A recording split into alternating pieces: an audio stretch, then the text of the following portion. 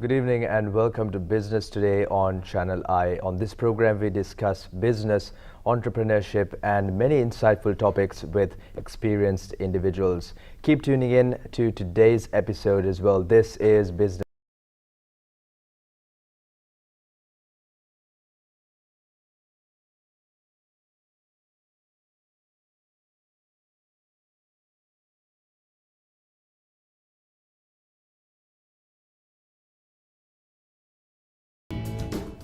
Today's guest is the president, or commonly known in the Sri Lankan context as the Vice Chancellor of the Lanka Nippon BizTech Institute.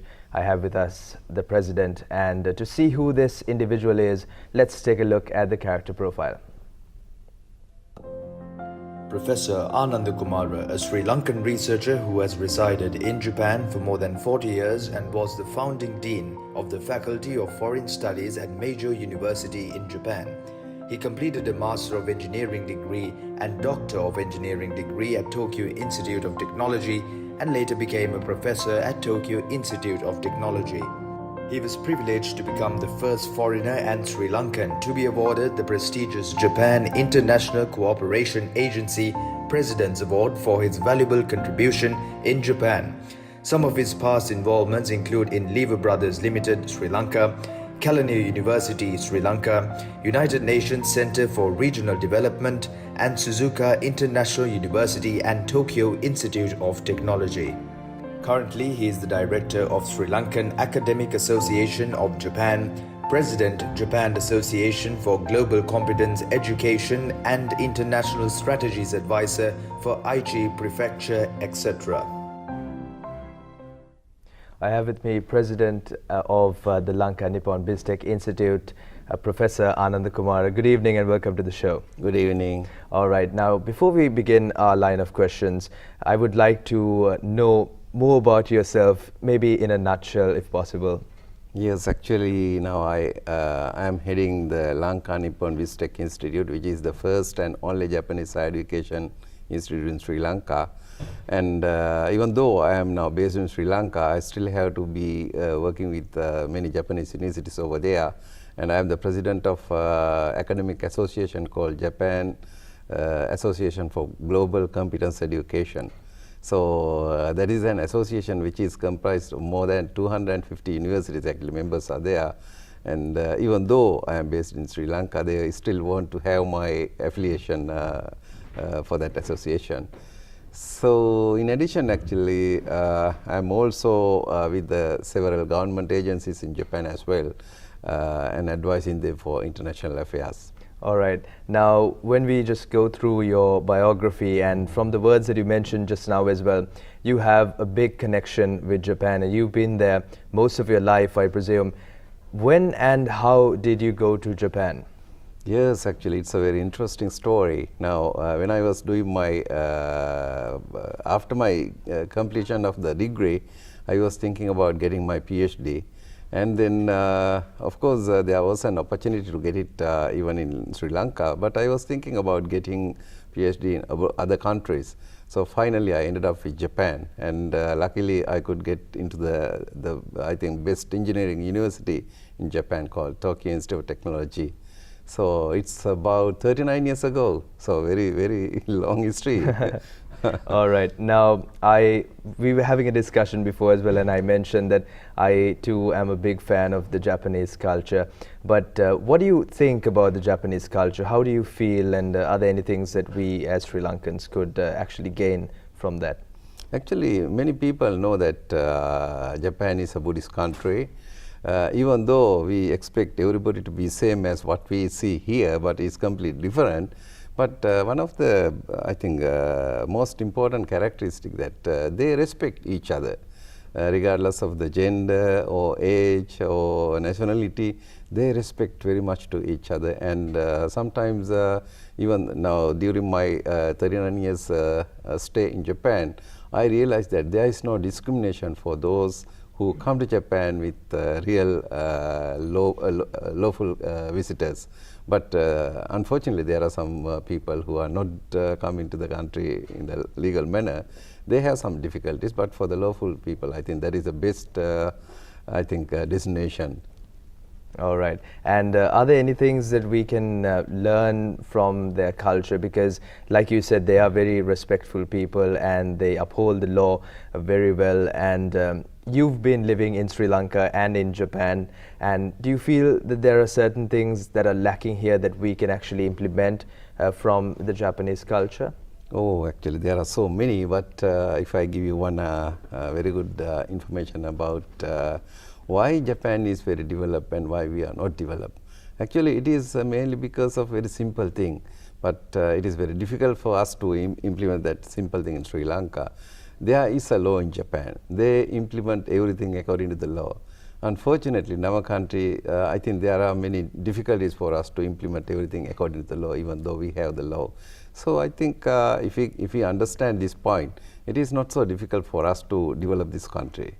Great. Now, you've been doing so many services and you've educated yourself and rendered many things. Can you just tell us a bit about the services that you have done there for the benefit of both the countries? Yes, actually now, being an academic actually, before becoming an academic, I was working with the United Nations actually. So I had a very good chance to visit many countries in the world. And then after that, they invited me to become an academic of a newly establishing university called Suzuka International University. So I joined that university as a young associate professor, and very soon became a professor, and then later on dean, and as again the deputy president of the same university. So while working for that job, in fact, there was one occasion which the university wanted me to introduce some program to link with the general public in the area. So I was thinking of what to do. So finally, I ended up with a very interesting project actually.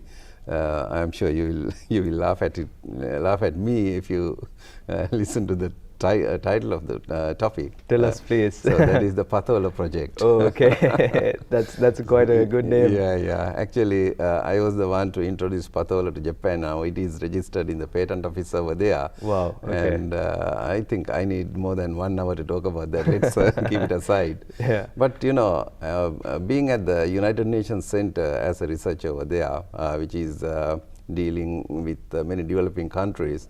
Later on, I joined with JICA as well, because there are many lessons to learn from JICA, and at the same time, I could also give some information and assistance with JICA projects. So in the Mie prefecture, that is the area where my university was established, and in that area, I was conducting many lectures with the assistance of JICA. Then finally, it ended up with establishing one association called JOCV support organization, and I had to be the president, founder president over there. Actually, in all 47 prefectures, there is one division of the same organization.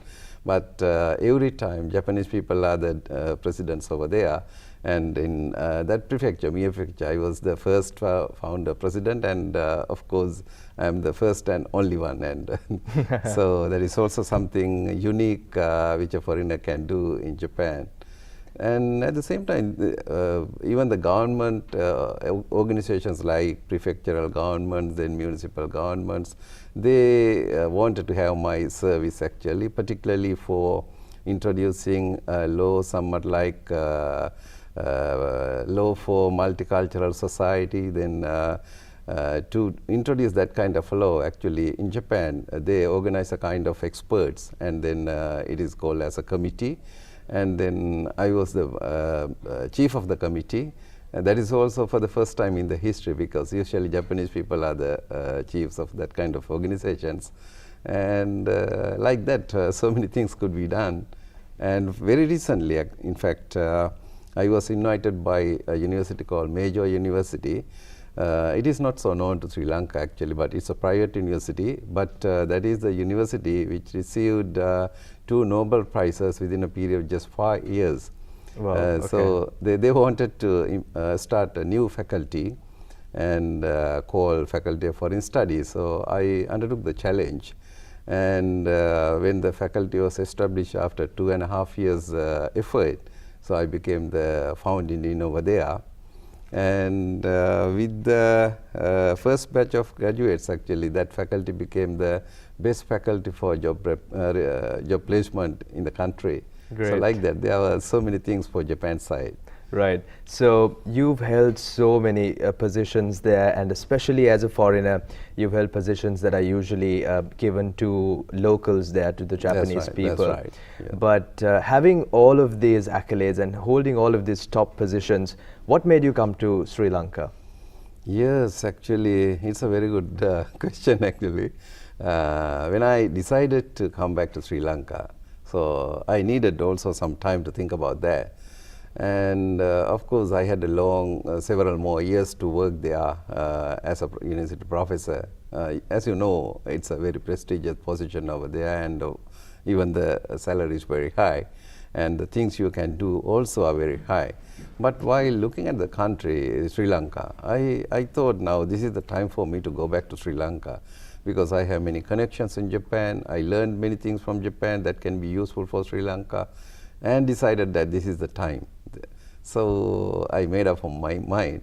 But you know what happened? So when I informed about that my decision to my friends, none of them requested me to go to Sri Lanka. So everybody asked me to just to think twice. Yeah. Nobody. So that's a very big surprise to me. Right. So we are very grateful that you brought all your knowledge and experience that you gained from Japan, you brought it to Sri Lanka, and you're really helping the people. Now, regarding the Lanka Nippon BizTech Institute, your institute, the one that you are the president or the vice chancellor, as we say in Sri Lanka, can you just tell us a bit more about this institute, what you do and what your goals are? Yes, actually now, when we are in Sri Lanka, we see a lot of foreign universities here, but there is none from Japan. It's because Japanese law doesn't encourage universities to go out to other countries like the European or American universities do. So finally, we ended up with establishing one on our own independent university here. So what we do is we train our students in such a way that they can, after the completion of the degree, they can go to Japan for full-time employment. So which means our graduates are similar to those who graduate from universities in Japan. All right, so that's a big opportunity for them. Exactly. And would you say that if someone didn't go through this particular procedure, would it be a bit difficult for them to get into Japan through a different university per se? Yes, exactly. Now you know the problem is Japan is a very developed country. They don't take unskilled labor from our countries like ours. So if we want to go there, actually we have to be professionals. We should have some skills. And very recently they have introduced this SSW or specified skills worker category. That's a new thing. Even though you go through that kind of skills, the opportunities for development within the society is very limited. So what you can do is that if you get a good degree and then you are trained in such a way that you can work in Japan without any obstacle and conflicts with Japanese people, and if you can understand about how the people in Japanese companies are thinking and decision making and all that, with that kind of knowledge you can become successful. Right, and knowing the language would definitely be a plus point as well, I presume. Of course. Actually, language is not the only thing. The latter part which I explained are more important, because most of the people say that language, of course, it is necessary, but if you want to go ladder up in the society, you should be able to understand the real sense of Japanese people. Right. Now, with regards to the situation in Sri Lanka, the entire world, in fact, is going through a big crisis right now, high inflation rates and so on. What is your advice to the Sri Lankan people right now, if you just had to tell them anything that they can do from their part as well? What advice do you have? Yes, one thing is actually when I am looking at the things from outside, I can see that we are now at the bottom. I don't want to see that further lower bottom anymore. But since we are at the bottom, if you work very hard, if you try to identify what went wrong, so I think that is the time for started to have a very good growth. So personally, now I have been working with the Japanese adults as well as young people, and also the Sri Lankan young ones. I really feel that our people are really talented. Our people are talented than the Japanese people, Japanese young one. The only thing is that what is missing. So Japanese people are contributing the society because they acquire knowledges required for the development of the society. But I think regretfully the education system in the country is not like that. I think that needs some kind of a reform. Right. Now, this is a program called Business Today. It's a program where we discuss about business, but it's very interesting to have someone such as yourself with a high level of education. And how important do you think it is for today's society to excel in their educational qualifications? Actually, educational qualification itself is not the issue, because now if we can have very good qualifications, but if that qualification is not necessary for the country, what happens? They just become unemployment. But if we get some skills which are necessary for the society, whether it is local or abroad, so that makes a very big difference. So what we do here at the LNBTI is that we educate people here so that they will be able to get the jobs in Sri Lanka as well. But if they want to go to Japan, we will definitely take everybody to Japan. Great. Now, there are many subjects that are offered by certain universities. Some specialize in certain subjects. What would you say is the subject of importance or the preferred subject at LNBTI? In fact, now we are training students for IT knowledges, because now IT is considered as one of the promising field in Japan as well in other countries. It is the same for Sri Lanka as well, because now if you go to Japan, there are many service organizations where people are not assisting for your job. For example, even in a supermarket, some supermarkets there are no sales girls, so you do everything by yourself. So it's because there is a kind of a decrease of population in Japan. So to overcome all these problems, they are introducing robots and AI and IT related various products. So which means there is a very big demand for the IT industry in the near future in Japan. But it is not only in Japan, even in a country like Sri Lanka. For example, we underwent this corona pandemic. At that time, human interaction was quite limited. But if we had created something with the robotics, actually, that could help a lot. So like that, I think we are now in a very good situation to go with this new technology. Right. Now, you have experienced both sides of the coin. You have experienced a country which, like you said, is very high when it comes to technology, robotics, AI, things like that, and a country like Sri Lanka who usually stick to the traditional methods and rely on people. In your opinion, do you feel that technology, having more of the technological side is better, or having people and going through the traditional route would be better? I think both are important, because now, you know, if we replace everything with technology, there will be many people who will lose their jobs. And if we have a good system to retrain those people who are not needed, then I think it will be all right for the society. So particularly now, when you educate people in the universities and higher level education institutes, I think we have to think about what is market, what the market is looking for. So without looking at that, if we just create some kind of degree holders, I think that is going to become a very big headache for the country as well as for themselves. Right. So one message that you clearly want to mention is not to just get a degree or a master's or a PhD for the sake of it or for your own preference, but to see what the country or the world needs and try and specialize in that. Exactly. Right. And also a question that everyone wonders, especially youngsters nowadays. I myself, I wonder this a lot as well. And I thought it would be best to ask from you, because you are a professor and you have excelled in a particular field. And a question that I always wonder is, can someone be successful even without a degree? Actually, in Japan, even without a degree, you can get a job. But for a person from a country like Sri Lanka, it may be a little bit difficult. But of course, now legally they have introduced a new visa system in Japan to get some people even without a degree. But as I was mentioning earlier, if you want to go ladder up with the Japanese people, even beyond the Japanese people, actually you must have a degree. All right. And one more thing I would like to ask you is we have a lot of entrepreneurs, a lot of young businessmen who are watching this program.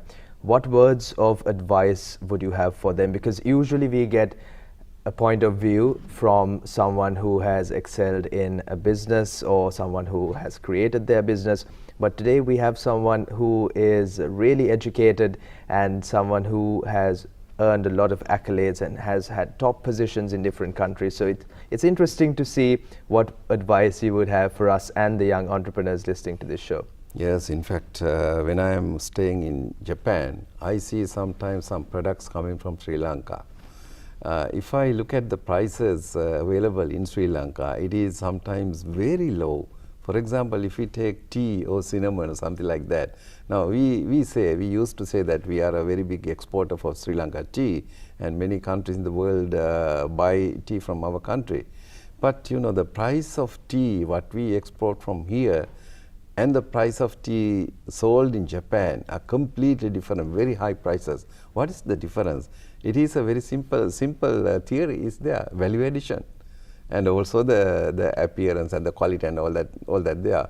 I think most of those things can be done in Sri Lanka. Why should we allow those foreigners to do that? Why can't we do it here? I think every area, I think that kind of space is available. The only thing is that we don't look at the value addition portion so much. Right, so it's really interesting to have this discussion. And like you mentioned, Sri Lankans are really capable of doing so many things, a lot more than they actually think that they can do. And it's important to see how we can develop products and bring them to the future and for the world to consume as well. Exactly. All right, thank you so much. That was Professor Ananda Kumara, the President, Vice Chancellor of the Lanka Nippon BizTech Institute. Thank you so much for being with us this evening. Okay, thank you very much. And that winds up today's episode of Business Today. Do join us next week as well. Till then, have a good night.